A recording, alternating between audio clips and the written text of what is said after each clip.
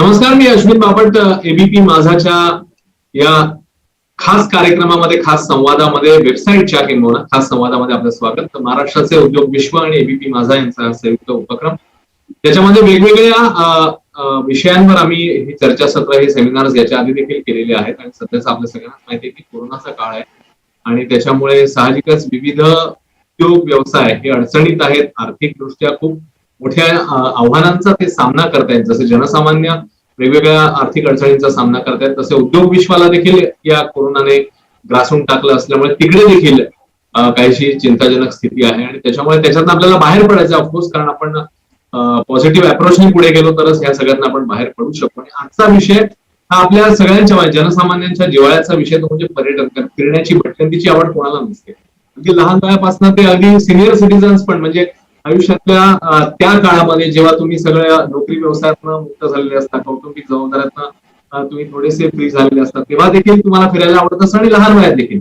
So सगळ्यांच्या आवडीचा जिव्हाळ्याचा असा विषय तो म्हणजे अर्थातच पर्यटन, भटकंती. आणि त्या पर्यटन व्यवसायाचं भविष्य या कोरोना नंतर नेमकं कसं असणार, या सगळ्याबद्दल आपण आता विचारमंथन करणार आहोत या ऑनलाईन सेशनमध्ये. आणि आपल्यासोबत 3 खास मान्यवर व्यक्ती आहेत ज्यांच्याकडनं आपण या सगळ्याबद्दल जाणून घेणार आहोत, कारण त्यांनी जवळपास 3-4 दशकांचा सगळा प्रवास पाहिलेला आहे आणि आता कोरोनाचा फेज देखील हे सगळे अनुभव. तर आपण या तिघांचे स्वागत करूया. सगळ्यात सुरुवातीला अभिजित पाटील सर आपल्यासोबत आहेत. राजाराणी ट्रॅव्हल्सचे चेअरमन आहेत. 30 वर्षाहून अधिक काळचा या क्षेत्रातला अनुभव.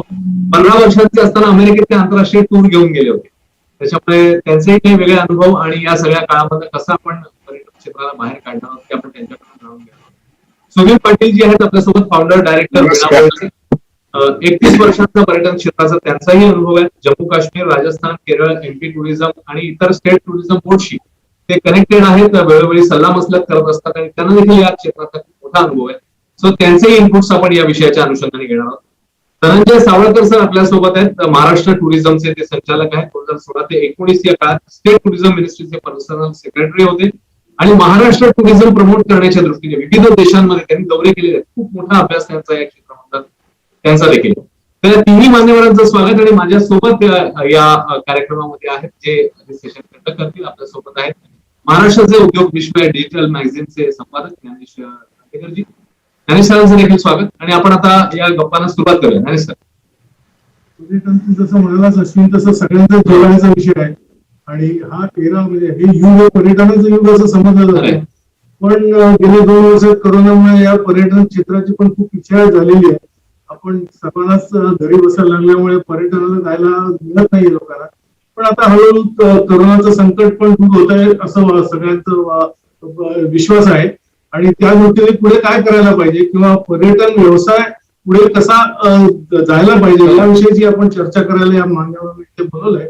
तर मला सर्वात प्रथम अभिजित सर तुमच्याकडे जायला आवडेल की आपण पर्यटनाची जी आपली कन्व्हेन्शनल एक व्याख्या आहे त्याच्यातून आपल्याला बाहेर यायला पाहिजे का, की ज्याला आपण पर्यटन म्हणतो त्याच्यापेक्षा इतर दुसऱ्या वेगळ्या दृष्टीने पर्यटनाकडे आपल्याला बघता येईल का? काय वाटतं तुम्हाला?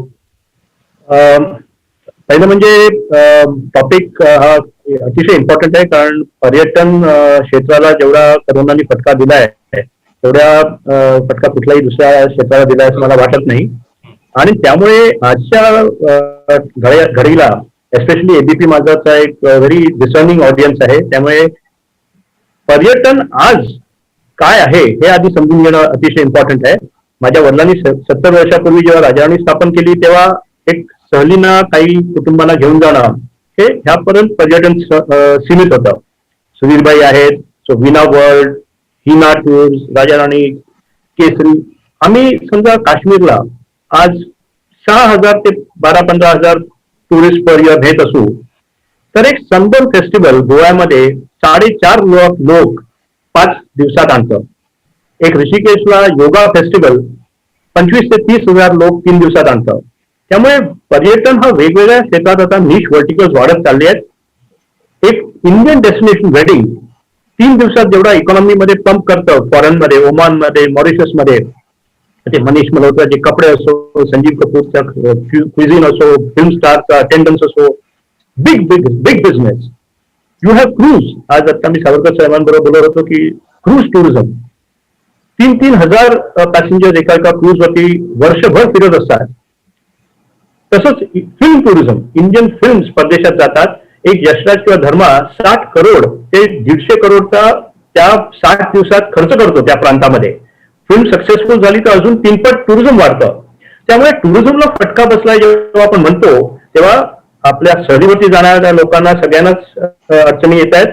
पण सगळ्याच निश व्हर्टिकल्स मध्ये आज कम्प्लीट स्टँडस्टिलला एक टुरिझमचा फटका बसलाय. सुधीर वगैरे बाकीचे पॉइंट्स डिस्कस करतीलच. I will just end by telling one thing. कालच लास्ट वीकला मॉरिशसने ओपन अप केलं. 14 डे क्वारंटाईन पिरियड मध्ये आम्ही पॅसेंजरने यायला देऊ. 14 दिवस तुम्ही हॉटेलमध्ये थांबायचं. बट बिग टुरिस्ट तिकीट्स आम्हाला बॉलिवूड फिल्म शूट्स नको आहेत, वेडिंग्स नको, आम्ही नोव्हेंबरमध्ये विचार करू. सो इव्हन मोठे प्रोजेक्ट्स, इव्हेंट मॅनेजमेंटचे मोठे प्रोजेक्ट्स, एक वेलनेस इव्हेंट आम्ही करणार होतो, all is put on back burner till 2022. So you can imagine की जेव्हा आपण टुरिझमला फटका बसलाय ह्याचं जर समीकरण सगळ्या व्हर्टिकल्स बरोबर केलं, you will realise how much of a hit tourism has taken. बरोबर. त्या दृष्टीने मला वाटतं टुरिझमकडे एका वेगळ्या दृष्टीने बघायची गरज आहे. फक्त आपण काश्मीरला जातो किंवा केरळला जातो तेवढ्या पुरतं आता टुरिझम मर्यादित नसून आता वेगवेगळे फेस्टिवल्स किंवा तुम्ही जसं म्हणालात सनबर्न हा फेस्टिवल एका 5 दिवसात 5 लाख लोकांना तिथे अट्रॅक्ट करतो. किंवा मी म्हणतो कुंभमेळ्यासारखे एक फेस्टिवल असतील तर त्या दृष्टीने पण टुरिझमकडे आपण वेगळ्या दृष्टीने बघायला पाहिजे. सुधीर सर, तुम्हाला काय वाटतं, काय याबाबत तुमचे काय विचार आहेत? नमस्कार. प्रथम एबीपी माझाच धन्यवाद. डिजिटल मार्केटिंगच्या या प्लॅटफॉर्मवर आपण बोलवलं, टुरिझमला इम्पॉर्टन्स दिला आणि टुरिझम हे एक फील्ड आहे हे आपण दाखवून दिलं. टुरिझम हे फील्डमध्ये वेगवेगळे सेगमेंट्स आहेत आणि हे वेगवेगळे सेगमेंट्स ह्या सगळ्या कोविडच्या सिच्युएशन मध्ये वेगवेगळ्या प्रकारे हार्ड हिट झालेले आहेत.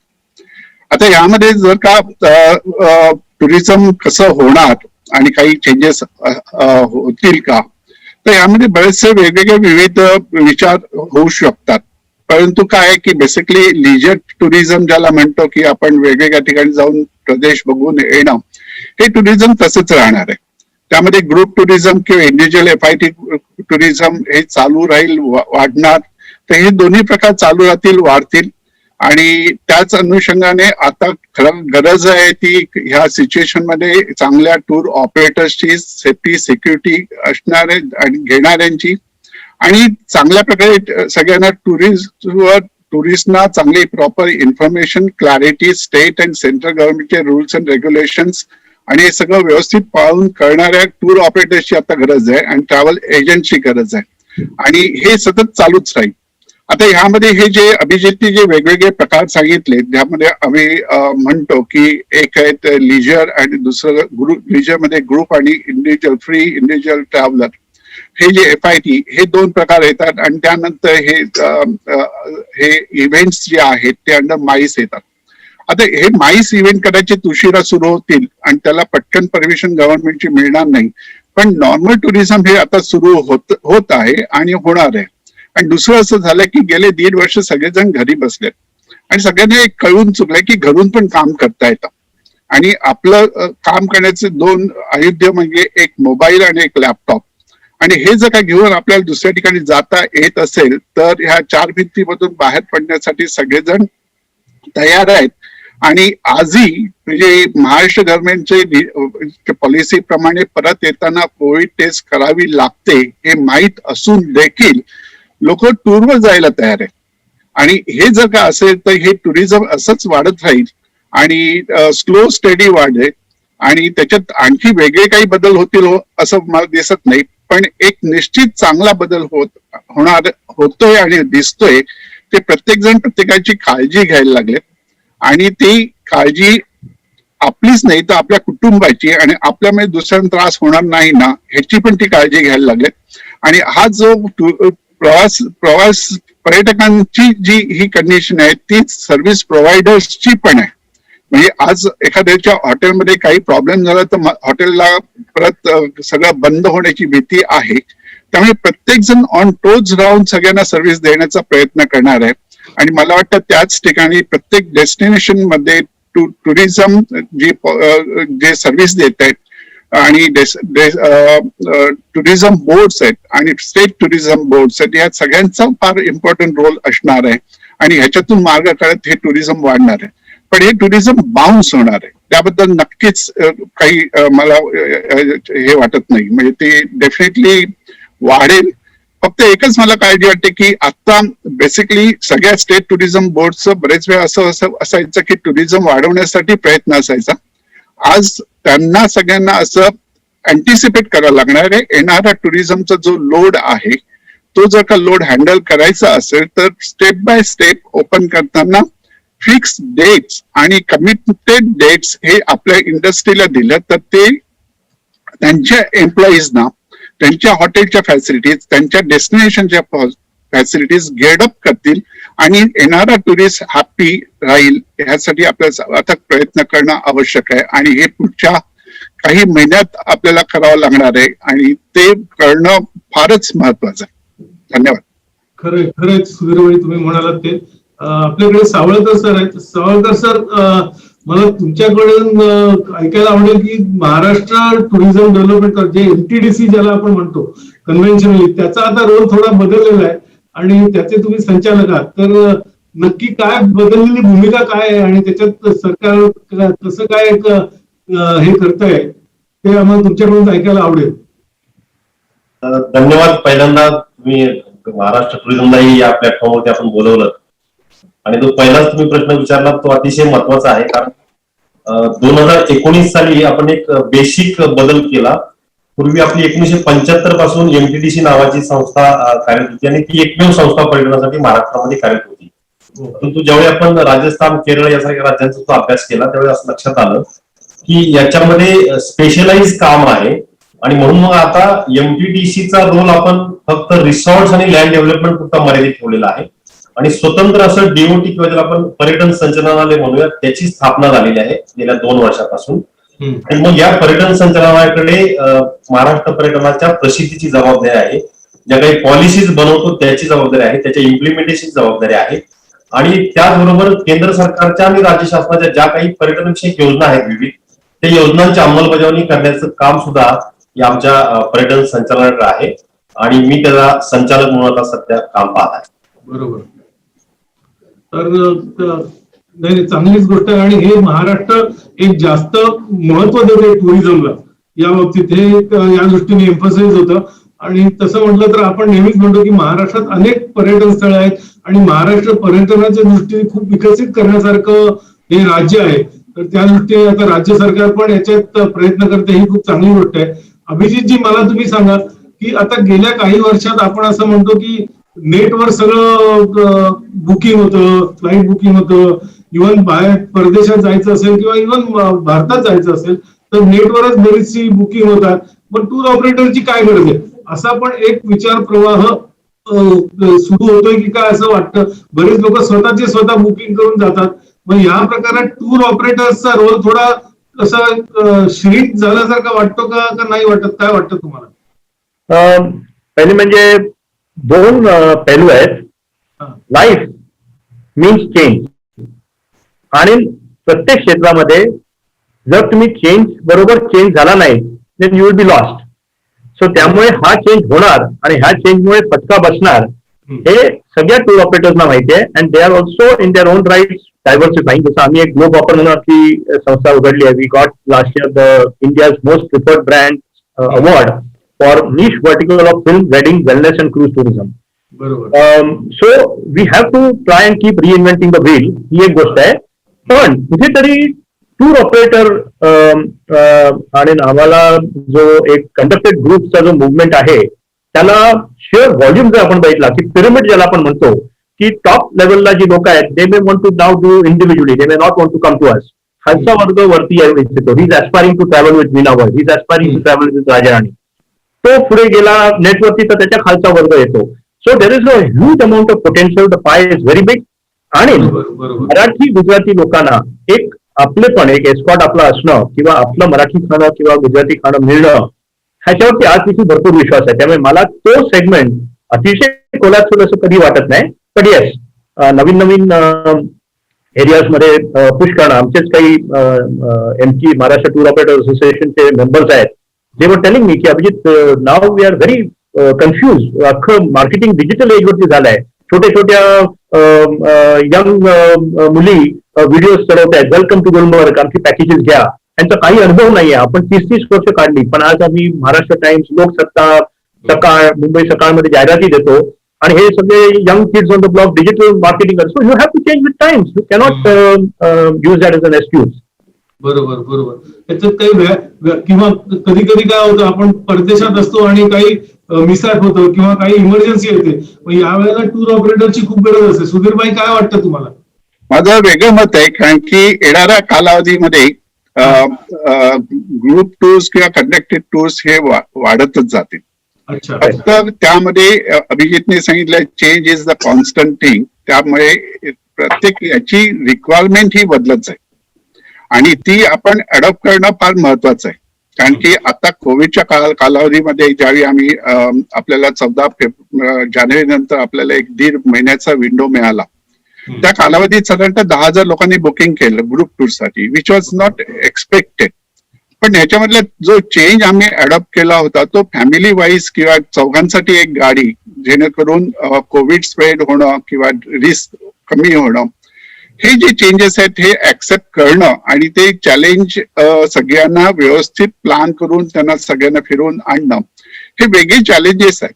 पण ह्या ग्रुप टूरचा एक ऍडव्हान्टेज असा की सगळ्यांना एक त्याचा ऍडव्हान्टेज असा असतो की सेफ्टी, सिक्युरिटी आणि सगळे पॉइंट्स कव्हर करणं. आणि ज्या ज्या ठिकाणी काही प्रॉब्लेम्स येतात, देर आर हर्डल्स, म्हणजे प्रत्येक ठिकाणी हर्डल्स हे येत असतात. त्यावेळी टूर ऑपरेटरचं फार महत्वाचं काम असतं टू रिशफल दॅट. आणि त्या प्रोसेसमध्ये ही फ्लेक्झिबिलिटी टूर ऑपरेटरकडे जास्त असते. आणि त्यामुळे हे जे कंडक्टेड टूर्स ज्या आहेत ह्या चालूच राहतील, किंबहुना काही प्रमाणात ते वाढतील. पण फक्त त्याची स्वरूप, सर्व्हिस देण्याचं स्वरूप हे काही अंशी बदलू शकतं आणि त्याप्रमाणे सिच्युएशन प्रमाणे ते अडॉप्ट करणं आवश्यक आहे. परंतु काही कालावधीनंतर कोच टूर सुरू होणारच आहेत आणि ते पण सगळेजण ऍक्सेप्ट करतील. तर ओव्हरऑल मला वाटतं की हे जरा टेम्पररी आहे आणि ह्या संपूर्ण चेंज मध्ये अकॉर्डिंग टू सिच्युएशन आपल्याला फ्लेक्झिबल राहणं आवश्यक आहे. बरोबर. सुधीर सर, तुम्ही आता उल्लेख केला की म्हणजे पूर्वी जसं कदाचित ग्रुप टूर गेल्यानंतर एक बस असायची आणि मग त्याच्यामध्ये 3-4 फॅमिली एकत्र, पण आता तुम्ही म्हणालात की एक कार आपण एका फॅमिलीसाठी हायर करणार, म्हणजे 4 फॅमिली, समजा 20 जण असतील एका टूरला फॉर एक्झाम्पल, तर पूर्वी मे बी 20 सीटर बसनी आपलं काम व्हायचं, पण आता कदाचित आपल्याला असं करावं लागेल की 4-4, 5-5च्या 4 गाड्या कराव्या लागतील, जेणेकरून तुम्ही जसं म्हणाला की ते आता आपण करतोच आहोत. म्हणजे गेल्या फेब्रुवारी मार्च मधल्या ज्या टूर्स आहेत त्या सगळ्या कारनेच टूर्स केल्या, पण त्या कंडक्टेड टूर्स होत्या. आणि माझा प्रश्न सर पुढे असा आहे की असाच जर ट्रेंड कायम राहिला तर मग त्याचा कस्टमरसाठी पण किंवा ट्रॅव्हल कंपनीसाठी पण बजेटिंगच्या दृष्टीने कसा फरक पडेल याचं? कारण जिकडे तुम्हाला एक व्हेकल लागत होतं तिकडे 4 व्हेकल लागतात तेवढ्याच माणसांसाठी, आणि सायमल्टेनियसली जर मग तो म्हणजे त्या खर्चाचं आपल्याला बर्डन जर कस्टमरवर टाकायचं तर त्याची परत टूर कॉस्ट वाढणार. मग हे बॅलन्सिंग तुम्ही कसं करणार? चांगला प्रश्न आहे. आणि बेसिकली मी मगाशी म्हणालो प्रमाणे ज्यावेळी आपण फेब्रुवारी मार्च मध्ये हे आपण केलं त्यावेळी लस देण्याचं सुरुवात झाली होती. बरोबर. आता लस देण्यात आलेली आहे, काही जणांना दोन्ही मात्रा मिळालेल्या आहेत. अशा केसमध्ये बरेच वेळा सगळेजण एकत्र फिरण्याचा जो आनंद आहे, बस मध्ये फिरण्याचा आनंद आहे, तो लोकांना हवाच असतो. परंतु ज्या ज्या ठिकाणी जी फॅमिली हेल्थ कॉन्शियस आहे त्यांना हे ऑप्शन्स आपल्याला द्यावे लागतील आणि त्या ठिकाणी ते पैसे द्यायला सगळे तयार असतात. तर नॅचरली गाडी घेतल्यानंतर, स्पेशल कार घेतल्यानंतर बसचे कॉस्ट वाढतेच आणि त्याला मानसिकता म्हणण्याची तयारी आहे असं एकंदरीत दिसतंय. 6-1 वर्षापूर्वी आम्ही काश्मीरमध्ये हा अनुभव सुरू केला की आमच्या सगळ्या टूर्सना आम्ही गाड्याच द्यायला लागलो बसपेक्षा, आणि थोडंसं मार्जिनल कॉस्ट त्याच्यामुळे वाढतो, but people are quite happy की जे यंगस्टर्स आहेत they are happy to come back, stay back in Gulmarg more time. जे थोडे सिनियर सिटीजन आहेत ते बाबा 1 तास 1.5 तास आधी आपल्याला गाडीत बसून परत निघू शकतात. So yes, these are challenges which will come, but on a lighter vein, but on a real way, reality check, थोडीशी टूर ऑपरेटर्स आणि ट्रॅव्हल एजन्सी बुकिंग वाढली आहेत. कारण कोविड टाइम मध्ये ऑनलाईन वाल्याला कुठे पकडत बसणार जर आपलं सडनली कॅन्सल झालं, पण ह्या ट्रॅव्हल एजंटला पकडता येतं. हे खरंच आहे, वस्तुस्थिती आहे. I said it on lighter main, but this is reality. I have instructed my team to be very careful. उगीच ओव्हर कमिट करू नका, कारण हे लोक उद्या परत झालं तर लगेच नेटवर्कवरून स्वतःचं बुकिंग करतील. आज आपल्याकडे धावत आहेत बिकॉज दे नो की काही गडबड झाली, दे कॅन कॅच अस. परंतु एक मला सांगायला आवडेल की पर्यटकांचा टूर ऑपरेटरवर विश्वास आहे आणि ते ट्रस्ट आणि ज्या मनापासून ते आपल्याकडे येतात त्यावेळी एक आपल्या टीमचं एक हे होत असतं की त्यांना व्यवस्थित चांगली सर्व्हिस द्यावी आणि तो आपण नेहमीच प्रयत्न सगळेजण करीत असतो.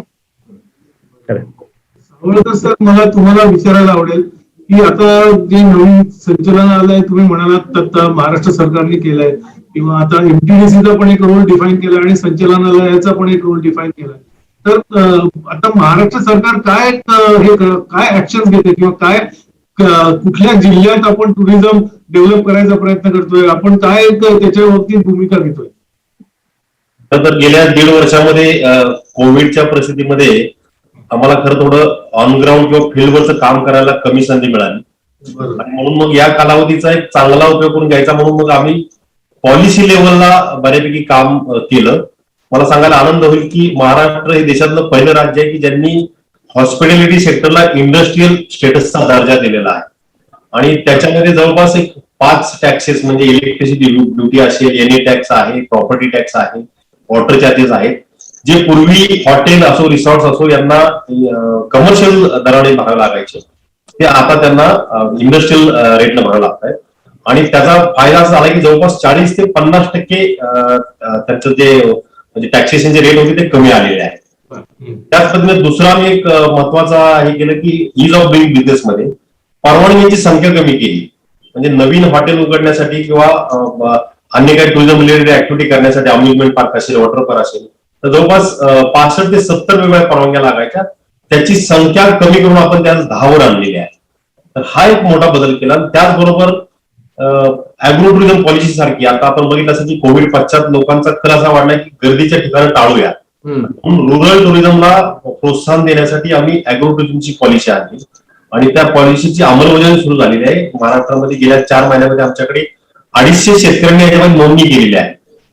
त्याचबरोबर कोकणामध्ये आपल्याला माहिती आहे की 720 किलोमीटरचा आपला समुद्र किनारा आहे ज्याच्यामध्ये चांगल्या प्रकारचे 92 बीचेस आपल्याकडे आहेत, परंतु त्या बीचवरती फॅसिलिटीज नसतात असं बऱ्याच लोकांचा कल होता आणि म्हणून त्याच्यासाठी आपण गोव्यापाठोपाठ आपलं दुसरं राज्य असं झालं की ज्यांनी बीच सॅक पॉलिसी आणलेली आहे आणि त्या बीच सॅक पॉलिसीच्या माध्यमातून मग आपण बीच फॅसिलिटी सेंटर आणि सॅक्स म्हणजे लोकांना बीचवर गेल्यानंतर ते समुद्रात पोहले तर त्यांना ते शॉवर्स, चेंजिंग रूम्स, लॉकर्स त्या सगळ्या सुविधा नव्हत्या तर त्या सुविधा देण्याचा प्रयत्न या पॉलिसीच्या माध्यमातून केलेला आहे.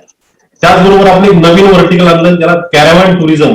आपण याच्यापूर्वी फक्त आपण युरोपामध्ये किंवा अमेरिकेमध्ये अशा पद्धतीचं ऐकत होतो, पण ते सुद्धा आम्ही सुरू केलेलं आहे. आम्हाला ऑलरेडी एक 5 रजिस्ट्रेशन कॅराव्हॅन्स झालेले आहेत आणि त्याच्या माध्यमातून मग ज्या ठिकाणी हॉटेल्स किंवा अकोमोडेशन सुविधा नाही किंवा एकदम निसर्गाच्या सानिध्यामध्ये जाऊन तुम्हाला राहण्याचा अनुभव या कॅराव्हॅनच्या माध्यमातून घेता येणार आहे.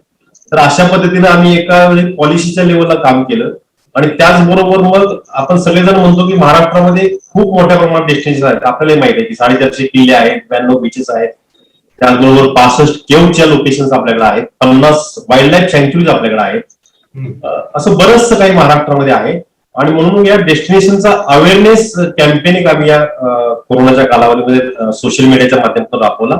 तो चांगला अग्रेसिव्हली राबवला. आमचे फॉलोअर्स 3.5 लाख होते सप्टेंबर 19 मध्ये, त्यात आम्ही 10 लाखाच्या आसपास पोहोचलेलो आहोत आणि महाराष्ट्र डिस्कव्हर या नावाने आम्ही जवळपास 35 डेस्टिनेशनची इतंभूत माहिती सांगितली. तर तो एक आम्ही कार्यक्रम यावेळी राबवला. त्याचबरोबर आमच्या लक्षात आलं की आता सगळं जगच डिजिटल होतंय तर आपण पण झालं पाहिजे म्हणून आमची जी महाराष्ट्र टुरिझमची वेबसाईट आहे ती आपण कम्प्लिटली रिव्हॅम्प करत आहोत. आम्ही 15 ऑगस्टला त्याचं पण उद्घाटन आम्ही नियोजित केलेलं आहे. जवळपास 15 वेगवेगळ्या भाषांमधून, त्यात आंतरराष्ट्रीय भाषा स्पेन, स्पॅनिश, जर्मनी अशा भाषा आहेत किंवा भारतातल्या सुद्धा बेंगाल वगैरे सगळ्या भाषांमध्ये आपण ती आपली वेबसाईट आणत आहोत आणि त्याच्या माध्यमातून महाराष्ट्राच्या पर्यटनाची इतंभूत माहिती सगळ्यांना देण्याचा आमचा प्रयत्न आहे. हे आम्ही कोविडच्या कालावधीमध्ये वेगवेगळं काम केलेलं आहे आणि आगामी कालावधीमध्ये सुद्धा आमचे काही प्लॅन्स आम्ही केलेले आहेत.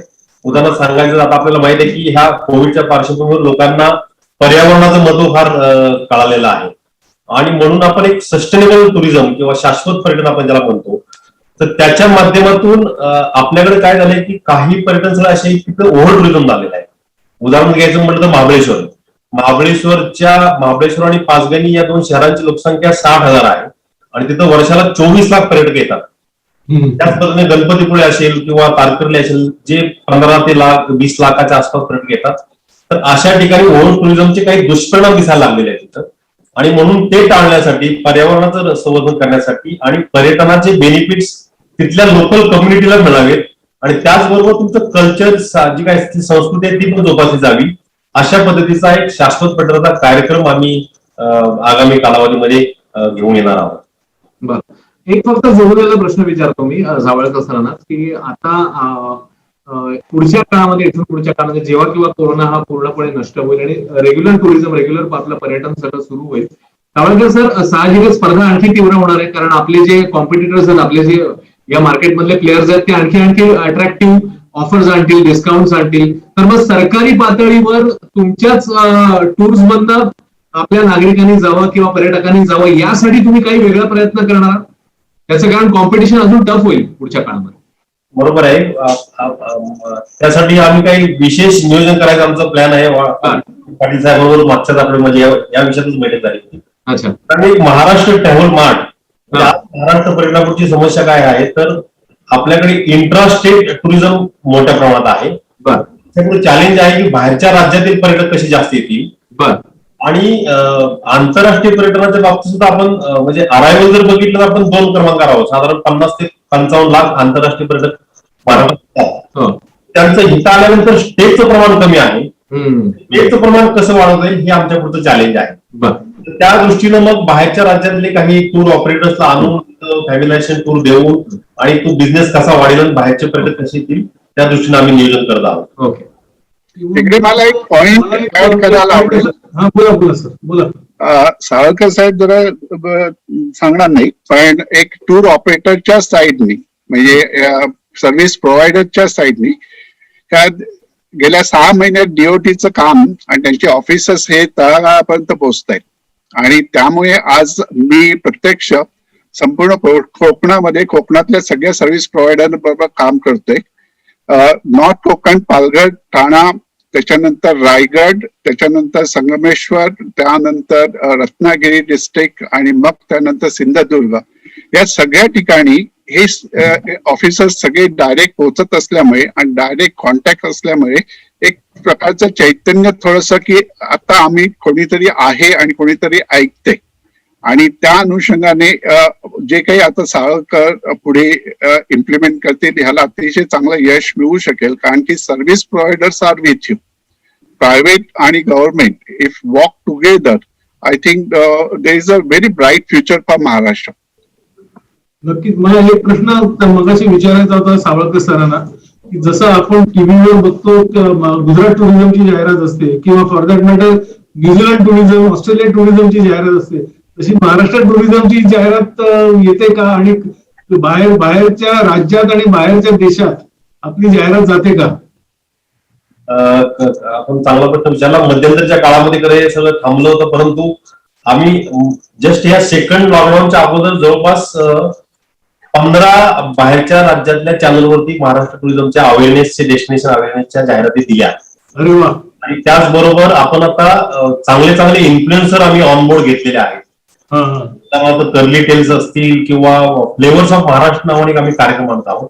महाराष्ट्रातली खाद्य संस्कृती आणि त्याचबरोबर एक्सपिरियन्शियल टुरिझम काय आहे महाराष्ट्रामध्ये याचा अनुभव आम्ही देत आहोत.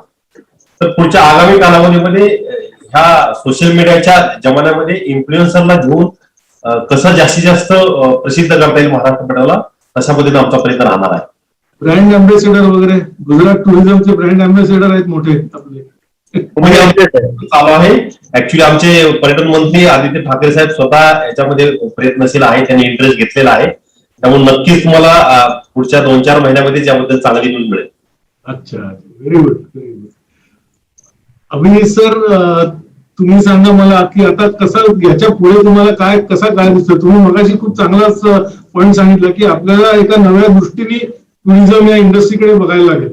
तर आता तुम्ही कुठले नवीन डेस्टिनेशन्स एक्सप्लोअर करताय किंवा नवीन पद्धती तुम्ही आणताय या इंडस्ट्रीमध्ये, काय सांगाल?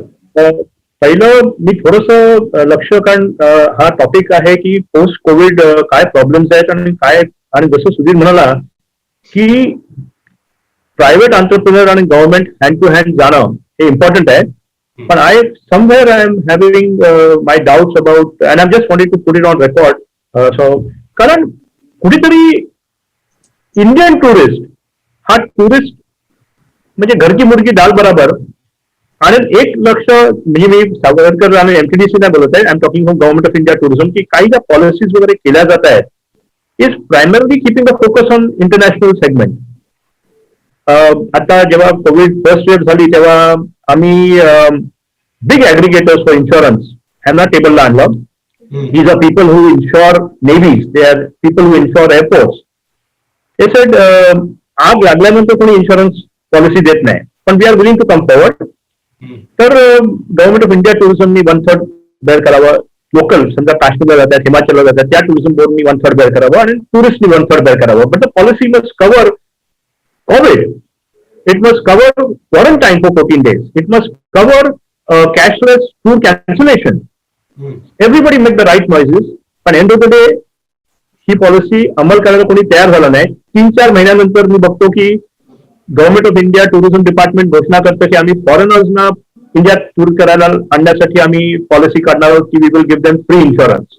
You are talking of a drop in the ocean. पण एवढे पर्यटक इंडियात फिरतायत. आम्ही क्वालस्टार सारख्या एका कंपनीला आणलं.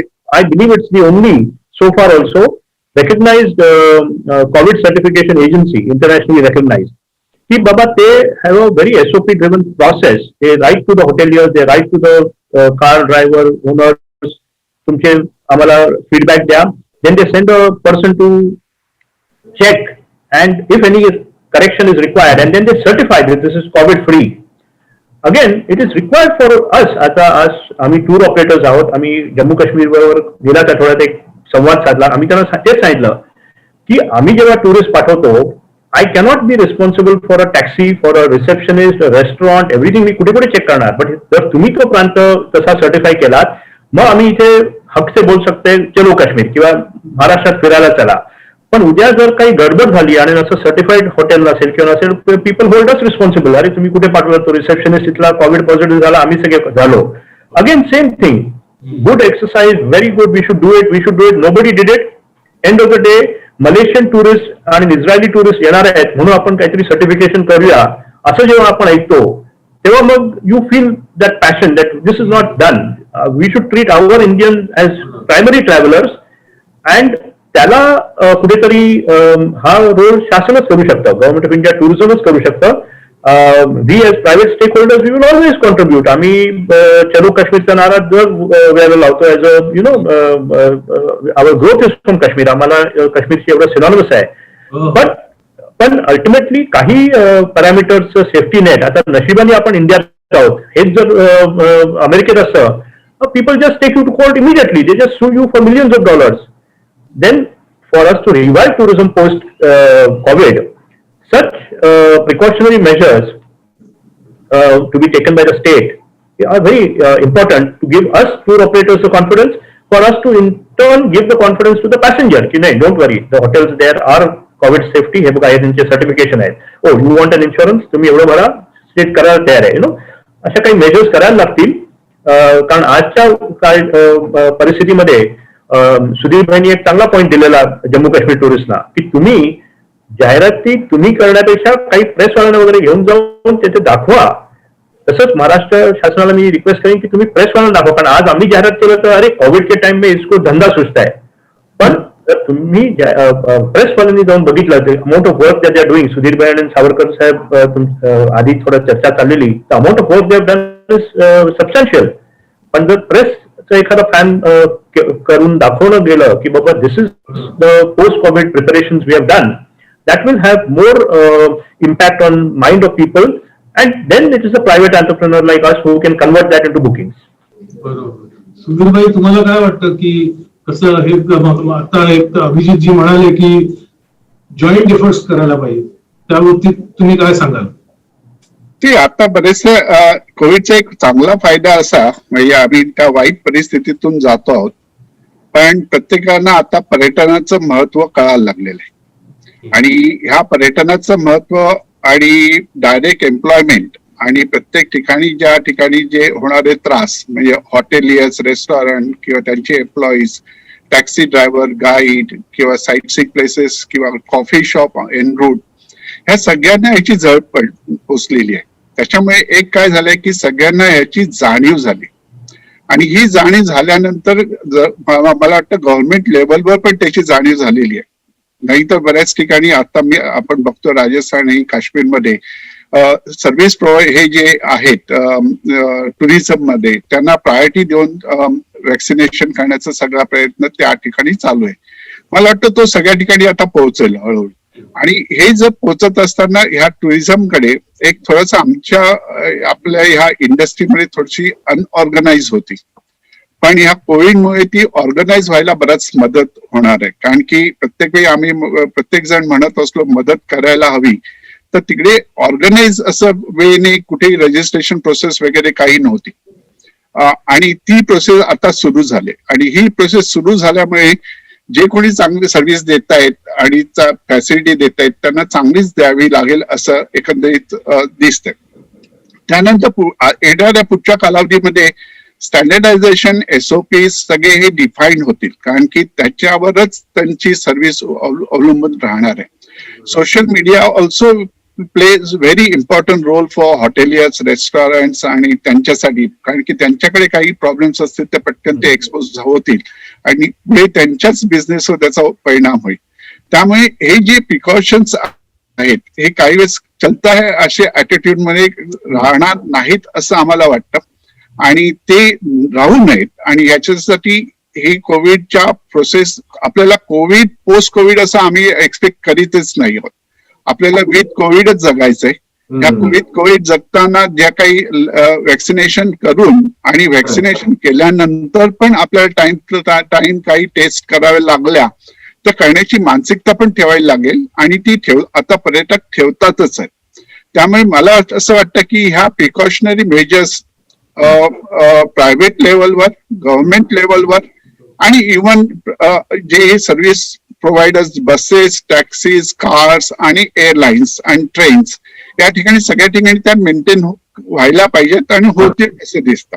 आणि सगळ्यात महत्वाचा चेंज मला दिसतोय की माझ्यासाठी माझी फॅमिली आहे आणि त्यांची काळजी घेण्याची गरज आहे. त्यामुळे ज्यावेळी मी एअरपोर्टला जातो त्यावेळी मी माझा मास्क चांगला आहे की नाही हे आज बघतोय, आणि तो सगळ्यात चांगला सक्सेस आहे असं मला वाटतं. आणि ह्या सगळ्या सिच्युएशन मध्ये आपण सक्सेसफुली, काही ठिकाणी प्रॉब्लेम्स येतील पण हे प्रॉब्लेम्स फेस करून देखील सगळेजण टुरिझम एन्जॉय करतील असं मला वाटतं. आणि डेफिनेटली मंडळी बाहेर पडणारच आहेत. मला एकच विनंती आहे सगळ्यांना की ज्या ज्या ठिकाणी असे टुरिस्ट येत आहेत, जे डेस्टिनेशन्स आहेत, ह्या डेस्टिनेशनवर टुरिझम बोर्ड्स किंवा त्या लोकल टुरिझम ऑथॉरिटीजने लक्ष देऊन येणाऱ्या टुरिस्टना हॅपी रिसिव्ह करून एक्स्ट्रा फॅसिलिटी आपण काही देऊ शकतो का, किंवा एखाद्या फोर्टवर आता 10,000 20,000 मुलं, यंगस्टर्स येणार असतील, त्याच्या पायथ्याशी काही अँब्युलन्स वगैरेची सोय करू शकतो का, किंवा त्या ठिकाणी पाणी, किंवा त्या ठिकाणी इन्स्टेड ऑफ टोटल लॉकडाऊन आणि काहीच मिळणार नाही असं न करता त्या ठिकाणी असं चहा, कॉफी, स्नॅक्स, जेणेकरून आलेले टुरिस्ट हॅप्पी राहून परत जातील, असं काही करता येईल का, असं पॉझिटिव्ह विचार करण्याची आता गरज आहे. धन्यवाद. नक्कीच तुम्ही चांगले मुद्दे मांडताय. मला शेवटचा प्रश्न विचारायचा, पण त्याच्या आधी सावळकर सरांना विचारायचं की हा जो अभिजितजींनी किंवा सुधीरजींनी सर्टिफिकेशनचा मुद्दा आणला होता, किंवा काही आपण डेस्टिनेशन सर्टिफाय करू शकतो का, किंवा कोविड सेफ असं काही सर्टिफिकेशन काही आपण त्याच्यात इंट्रोड्यूस करून जास्त लोकांना कॉन्फिडन्स देऊ शकतो का, या बाबतीत केंद्र सरकारशी आणि राज्य सरकारचं काही हे आहे का, कोऑर्डिनेशन काही होऊ शकेल का? कोविडच्या बाबतीमध्ये 2-3 बाबी या निमित्तानं मी आपल्याला सांगू इच्छितो. पहिल्यांदा म्हणजे आम्ही फर्स्ट लॉकडाऊन झाल्यानंतर ज्यावेळी पुन्हा ओपन करायचं होतं त्यावेळी आपण कोविड कंप्लायन्स एसओपीज काय असाव्यात हा प्रकारच्या एसओपीज आपण मार्गदर्शक सूचना जारी केलेल्या आहेत. म्हणजे त्याच्यामध्ये हॉटेल रिसॉर्ट वाल्यांचे आहेतच, परंतु व्हेकल मध्ये कशा पद्धतीनं हे असावं, ज्या ट्रान्सपोर्ट व्हेकल असतील त्याचबरोबर प्रॉपर डेस्टिनेशनला कशा पद्धतीनं काळजी घ्यावी, तर अशा डिटेल्स मध्ये आम्ही गाईडलाईन्स इश्यू केलेल्या आहेत.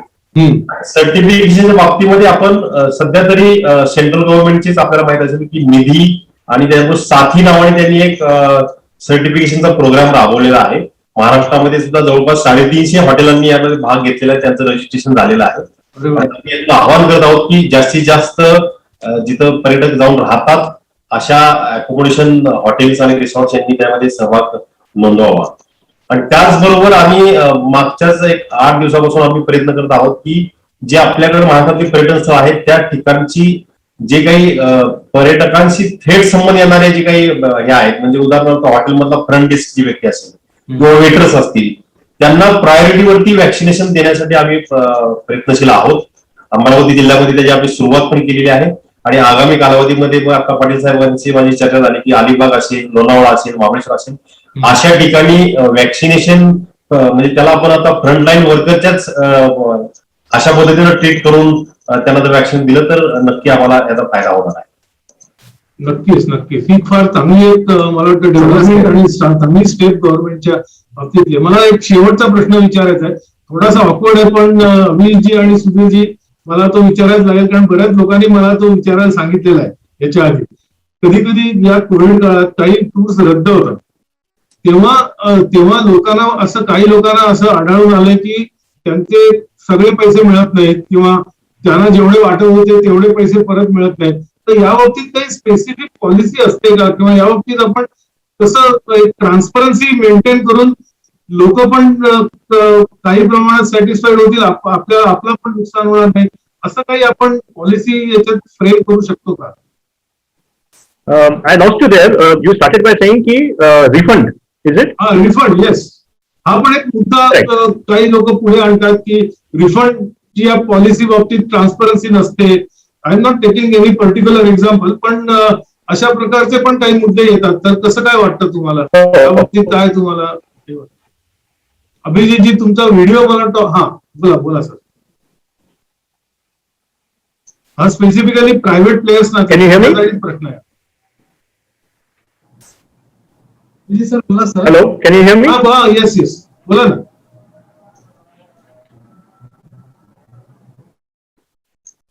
हा बोला ना सर. अभिजितचा आवाज गेला होते. ओके, तुम्ही बोलू शकता. आताच्या नवीन कालावधीमध्ये ज्यावेळी कोविड सुरू झाल्यानंतर बरेचसे एअरलाइन्सवर ज्या मंडळींची तिकीट्स असतात आणि ह्याही मंडळी कोविडमुळे जाऊ शकत नाहीत, तर आणि त्यांना कोविड झाला असेल जाण्याच्या आदल्या दिवशी वगैरे, तर एअरलाइन्स बरेच वेळा ते कन्सिडर करतात. पण ते कन्सिडर केल्यानंतर त्याचं क्रेडिट शेअर देऊन पुढच्या टूरवर तुम्ही जाल त्यावेळी ते वापरू शकतात. पण त्याच्याच अनुषंगाने त्याला एक मिनिमम कॅन्सलेशन चार्जेस लागतात. आता हा भाग झाला एअरलाइन्सचा. ज्यावेळी टूर ऑपरेटर टूर्स करतात त्यावेळी त्या हॉटेलियर्स आत्ताच्या नवीन सिच्युएशनमध्ये ते कोविड झालेली फॅमिली असेल आणि त्याचं सर्टिफिकेट वगैरे दिलं तर ते कन्सिडर करतात, आणि जेणेकरून तो संपूर्ण भाग पुढच्या 15 दिवसांनी किंवा 1 महिन्यानी जे गृहस्थ जातील त्यावेळी त्याप्रमाणे गेले तर त्यावेळी ते ऍडजस्ट होऊ शकतं. तर असं बरंचसं अंडरस्टँडिंग आता होत चाललेलं आहे, त्यामुळे तसं टेन्शन ठेवायची गरज नाही.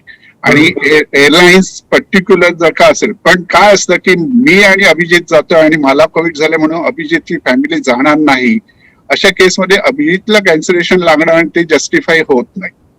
आणि तो भाग फार महत्वाचा आहे. आणि दुसरं असं की अशा केसेसमध्ये मी पर्यटकांना विनंती करतो की कोविड पॉझिटिव्ह असतील तर आपण टूरवर जाऊ नका, कारण की त्यांनी दुसऱ्यांना त्रास होणार आहे. पण लपवू नका. Health is very important to all of us, आणि तुमचं पण आणि तुमच्या बरोबर जाणाऱ्या मंडळींचं पण आणि तुमच्या बरोबर प्रवास करणाऱ्या मंडळींचं पण. तर तो भाग फार महत्वाचा आहे.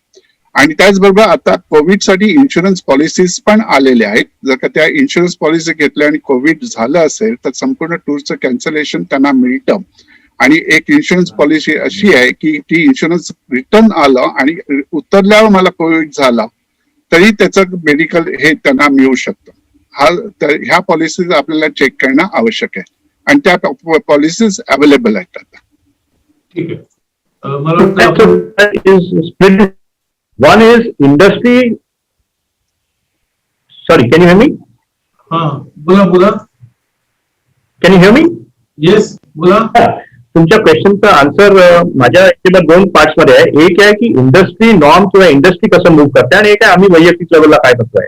ऍज अन इंडस्ट्री मी बऱ्याचशा टुरिझम बोर्डला पण सांगत होतो की टूर ऑपरेटर्स अमाऊंट ऍडव्हान्स करतात, हॉटेल्समध्ये ब्लॉकिंग करतात, एअरलाईन्स मध्ये ब्लॉकिंग करतात, जाहिरातीत ब्लॉकिंग करतात. So there is a lot of capital which is invested and blocked in anticipation of business and it becomes very difficult in such periods to expect that the travel agent must refund everything and hope to fight with the airlines, hope to fight with the hoteliers. So काहीतरी एक वाया media और एक minimum yardstick करायला पाहिजे. As a tour operators association आम्ही एक ऑम्बड्समन देखील अपॉइंट करायला बघत होतो की जर का genuinely passenger is genuine and he is having a problem and the tour operator is being unreasonable then he should be penalise. But if he is not tour ऑपरेटरचं पण कोणीतरी बघितलं पाहिजे. सगळेच कन्झ्युमर फोरम म्हणून येते. As far as we are आर कन्सर्न मी एक स्टँडर्ड पॉलिसी केली ऑफिसमध्ये की 10% कॅन्सलेशन चार्ज इफ ऍप्लिकेबल, जर काही ऍप्लिकेबल असेल तर 100% रिफंड करा. पण if you can't travel and you want to email and tell me that instead of me XYZ my cousin will travel, we will transfer that money to. आम्ही असं हार्डपास नाही की आता नेक्स्ट टूरला तुम्हीच गेलं पाहिजे. कोणाच्या आई वडिलांचा wedding anniversary 25th wedding anniversary म्हणून 12 कपल जाणार होती, नाही जाऊ शकत. No problem, you transfer it. So there has to be a give and take. Tour operators are not here as vultures to just take your money and run away. We are established companies, 50 वर्ष 70 वर्ष आम्ही आहोत. But yes, there are trying times. ठीक आहे. मला वाटतं अश्विन खूप वेळ झाला आता. नक्कीच आपल्याला चांगलं डिस्कशन केलं. खरंय. आणि इथून पुढचा काळ खूप चॅलेंजिंग आहे जसं आपल्या तिन्ही मान्यवरांनी सांगितलं. पण त्याच्यामध्ये एक सूर जो तुमच्या तिघांच्या बोलण्यामधलाही आला की जर एकत्र आपण प्रयत्न केले म्हणजे टुरिस्ट आणि टूर कंपनी असतील किंवा सरकारी पातळीवर जसं आता चांदेकर सरांनी विचारलं की परवानगी आणि बाकीच्या गोष्टी किंवा कोरोनाच्या संदर्भातल्या जे SOPs आहेत या सगळ्या गोष्टी, तर एकत्रित संघटित प्रयत्न केले तर मला असं वाटतं याही संकटातून आपण बाहेर पडू आणि एक पॉझिटिव्ह अप्रोच ठेवून आपण पुढे जाऊ. कारण कोरोनाला आपल्याला निगेटिव्ह करायचं त्यामुळे अप्रोच आपल्याला पॉझिटिव्ह ठेवावाच लागेल. सो थँक्यू सो मच तिघांनी. अभिजित सर, सुधीर सर आणि सावळकर सर आपल्यासोबत होते आणि अत्यंत महत्वाच्या सेशनसाठी या तिघांनी आपल्याला वेळ दिला. अपेक्षा करूया की इथून पुढच्या काही महिन्यांनी आपण असा एखादं डिस्कशन घेऊ की कोरोनातनं बाहेर आल्यानंतर पर्यटनाला कशी काय म्हणूया आपण वेग आला किंवा कशा प्रकारे पर्यटनाने भरारी घेतली असं एखादं डिस्कशन करायला आपल्याला नक्की आवडेल. त्यासाठी आपण सगळेच एकमेकांना शुभेच्छा देऊया. थँक्यू सो मच तिन्ही मान्यवरांना. आणि या सेशन मध्ये आता आपण इकडेच थांबतो. फतेकर सर तुम्हाला देखील थँक्यू सो मच. धन्यवाद. धन्यवाद. थँक्यू अँड जय हिंद. नमस्कार. एबीपी माझा, उघडा डोळे बघा नीट.